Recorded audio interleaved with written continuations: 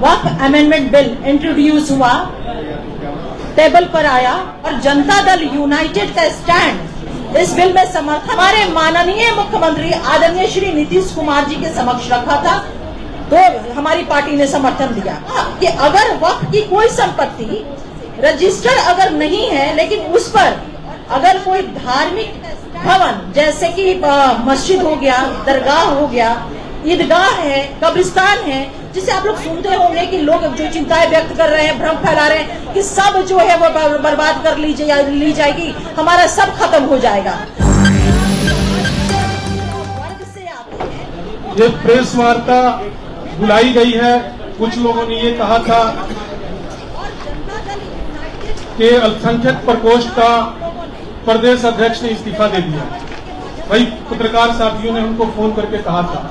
मैंने कल भी यहाँ यस न्यूज पर एक अपने सिवान में मैंने बाइट दिया है, और माननीय मुख्यमंत्री श्री नीतीश कुमार जी ने जो बिहार को अल्पसंख्यक समाज के लिए जन्नत बना दिया है, उनके सारे बुनियादी मसलों को हल किया है, उनके खाने पीने में कोई परेशानी नहीं है, इंसाफ के साथ अमन और तरक्की के साथ उनको भी बराबरी का हक दे रहे हैं, तहफ्फुज़ का पैगाम दे रहे हैं, और इसी को आगे हम लोग बढ़ा रहे हैं। और माननीय मुख्यमंत्री जी ने हमेशा न्याय के साथ विकास किया, किसी के साथ भेदभाव नहीं किया। और जो हमारे विरोधी दल हैं, कुछ छोटे लेवल के जो पहले कुछ हमारे कार्यकर्ता रहे होंगे, अभी कोई भी ऐसा हमारी स्टेट बॉडी 52 संगठनिक जिला है और तकरीबन 225 के आसपास हमारे प्रदेश उपाध्यक्ष, प्रदेश महासचिव और प्रदेश सचिव और विशेष आमंत्रित हमारे सदस्य हैं, कार्यकारिणी के सदस्य हैं। किसी ने भी कोई इस्तीफा नहीं दिया।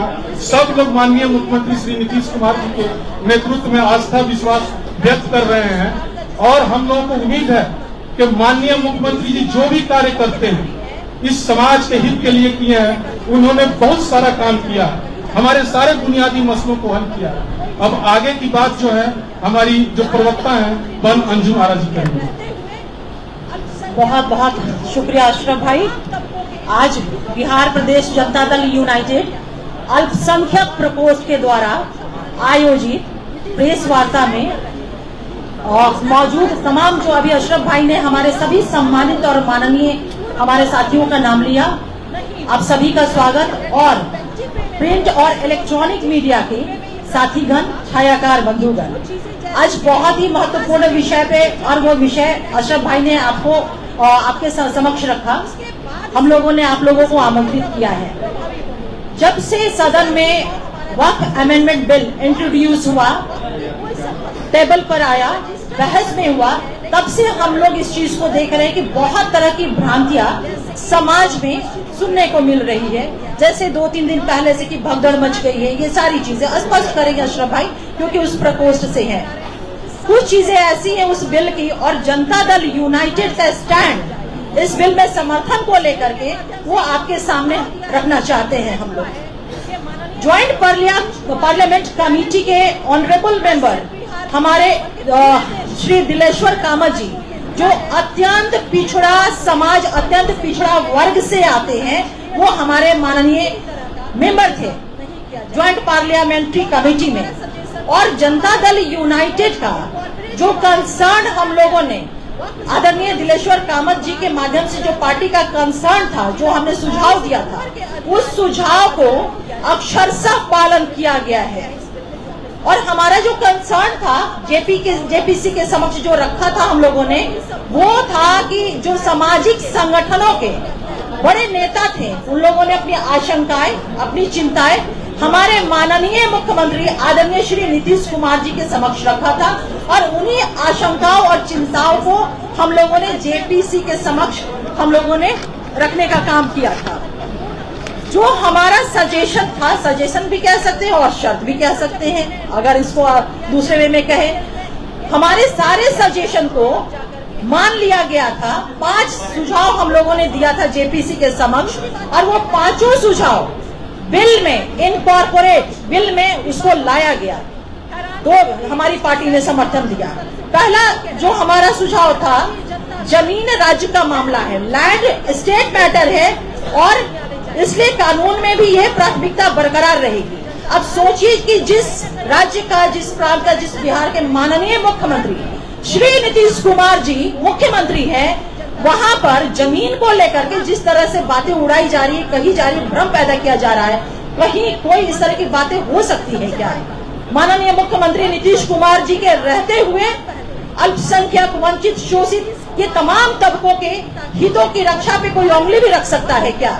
जिसका निगाहबान, जिसकी रक्षा सुरक्षा माननीय मुख्यमंत्री नीतीश कुमार जी स्वयं कर रहे हैं। दूसरा हमारा सजेशन था कि यह कानून पूर्व प्रभावी नहीं हो, यानी कि रेट्रोस्पेक्टिव वे में ना होकर के प्रोस्पेक्टिव वे में ये प्रभावी होगा, यानी कि जो चीजें जैसी हैं वहां से नहीं, बल्कि जब ये बिल इलेक्टेड हो जाएगा महामहिम के हस्ताक्षर के बाद, उसके बाद से इस बिल के प्रावधान प्रभावी होंगे।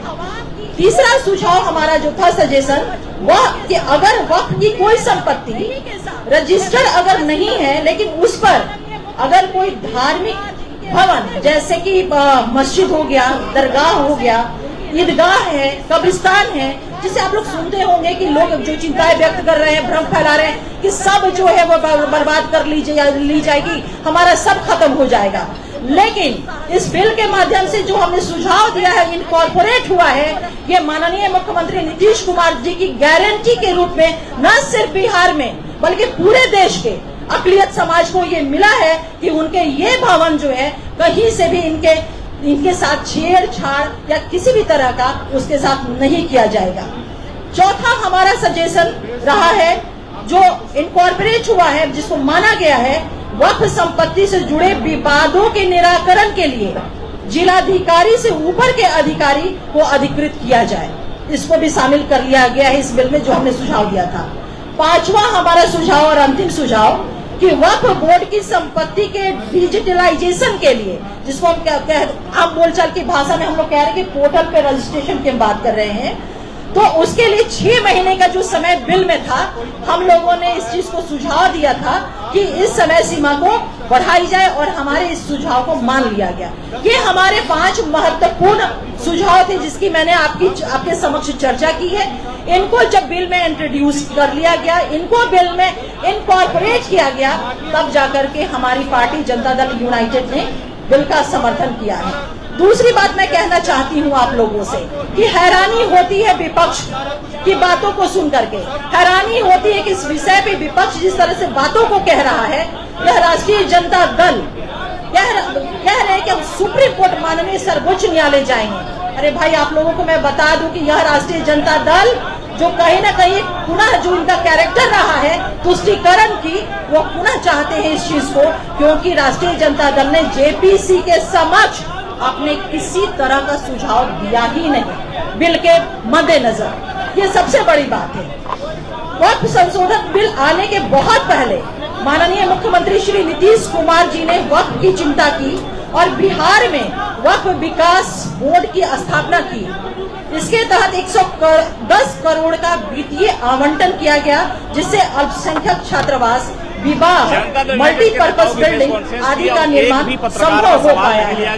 तो आप समझ सकते हैं कि माननीय मुख्यमंत्री नीतीश कुमार जी अल्पसंख्यकों के हितों की रक्षा, उनके अधिकारों की रक्षा, तमाम चीजों को बहुत ही ये उनका ट्रैक रिकॉर्ड भी रहा है। तो मैं आप लोगों के माध्यम से अपने आवाम की लोगों को बिल्कुल मजबूती के साथ, पूरे में जवाबदेही के साथ यह विश्वास दिलाती हूँ कि माननीय मुख्यमंत्री नीतीश कुमार जी के रहते हुए अक़लियत के हितों से, उनकी रक्षा, उनकी सुरक्षा, उनके अधिकारों के साथ कोई भी छेड़छाड़ नहीं कर सकता है। अगर कोई ऐसा दुस्साहस भी करने की कोशिश करेगा तो जनता दल यूनाइटेड उनके उस दुस्साहस में कील ठोक देगा। मैं अब आगे इन बातों को रखने के लिए जनाब अशरफ अंसारी साहब से गुजारिश करूंगी कि वो अपनी बातों को रखें।